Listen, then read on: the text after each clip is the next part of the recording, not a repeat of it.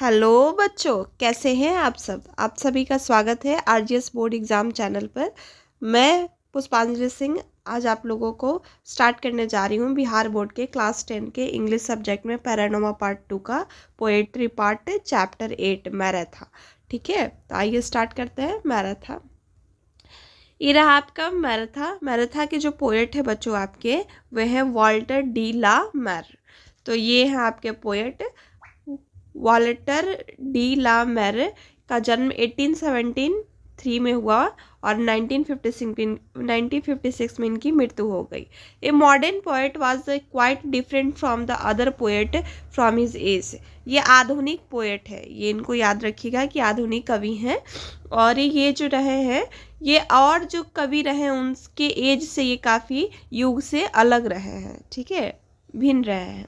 Is unlike the other modern poets such as T.S. Eliot who discuss the problem related to society and its industrialization। जो other poet रहे आधुनिक कवि, वो सब देखिएगा तो वो टीएस जैसे इल्टर है जो डिस्कस करते हैं हम लोगों के साथ सोसाइटी और इंडस्ट्रियलाइजेशन के बारे में। Walter de la Mare is all together different from the other. ये वाल्टर डी मैलर जो आपके कवि है, ये और जो कवि से क्या है, अलग है। Like a conjurer, he create the atmosphere of mystery।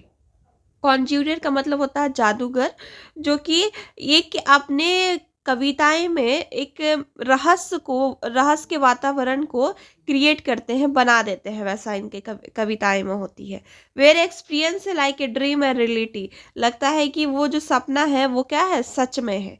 एगमन this his poem the listener and the scarecrow and Arabia were the worth mentioning. कहा जा रहा है कुछ पोयम है इनके बारे में, जैसे द सेंटर है, क्रैश क्रो है, अरबिया है, ये सारे जो है इसमें मेंशन किया गया है। ठीक है, ये सारी चीज़ों में देखा गया है। तो ये था आपके कवि के बारे में, आपके पोएट के बारे में इंट्रोडक्शन। अब आइए स्टार्ट करते हैं आपके कविताओं को। तो कविता क्या कर रहा है बच्चों, मैराथा। Once upon a time over and over again. कहा जा रहा है एक समय की बात है, जैसे हर कविताएं में होती है ना, एक समय की बात है।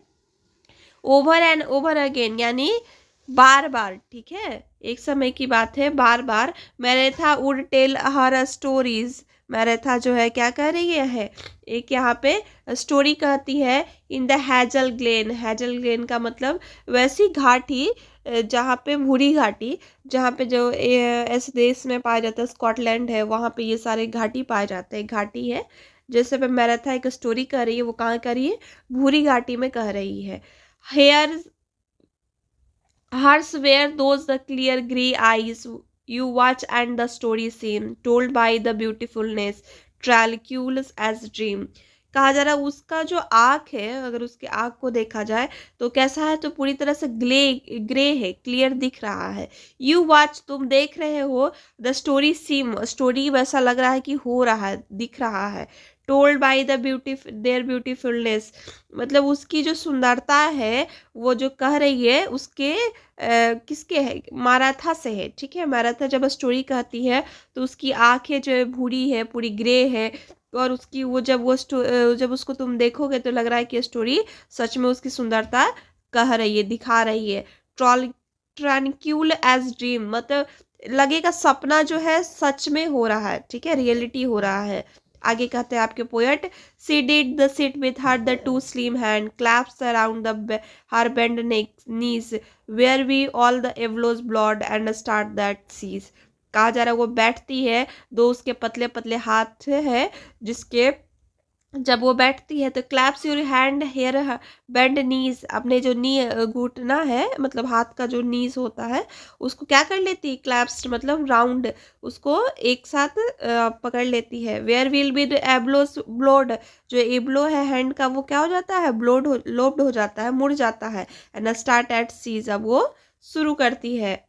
Her voice her narrow chain hair grave small lovely head seem half the meaning of the word she said.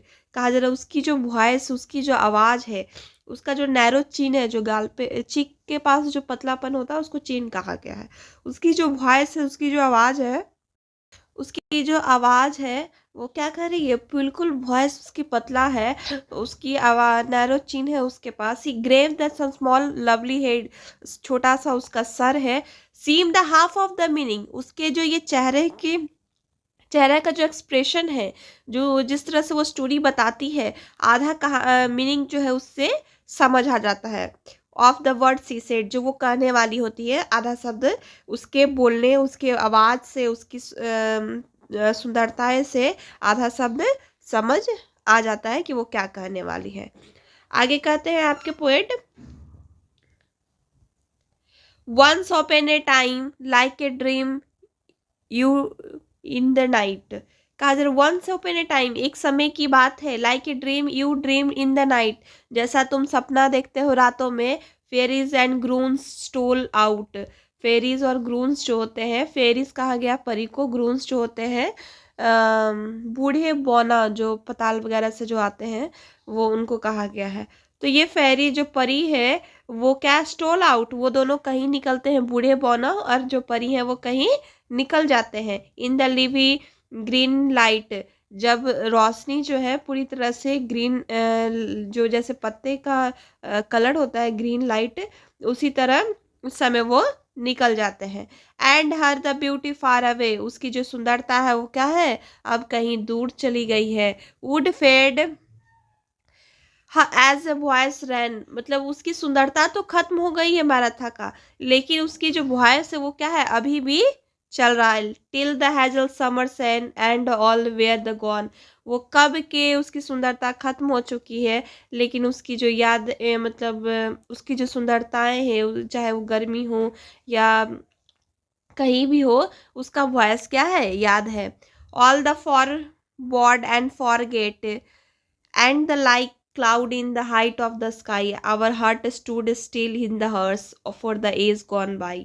कहा गया है कि सब कुछ भूल जाता है आदमी, मतलब फॉरगेट फॉरबिड, मतलब सुंदरता चली जाती है, भूल जाते हैं। And the like in the height in the sky, मतलब जैसे आसमान जो सबसे ऊपर है बादलों के बीच में, उसी तरह हमारे दिल में भी एक जगह बन गया। जैसे माराथा का जो सुंदरता है, जैसे वो कहानी बता रही थी, वो क्या होती है, एक सुंदरता बच जाती है दिल में। For the age gone by, समय उम्र तो चली जाती है, उम्र के साथ सुंदरता जो है खत्म हो जाती है, लेकिन उसकी यादें, उसकी बातें रह जाती हैं।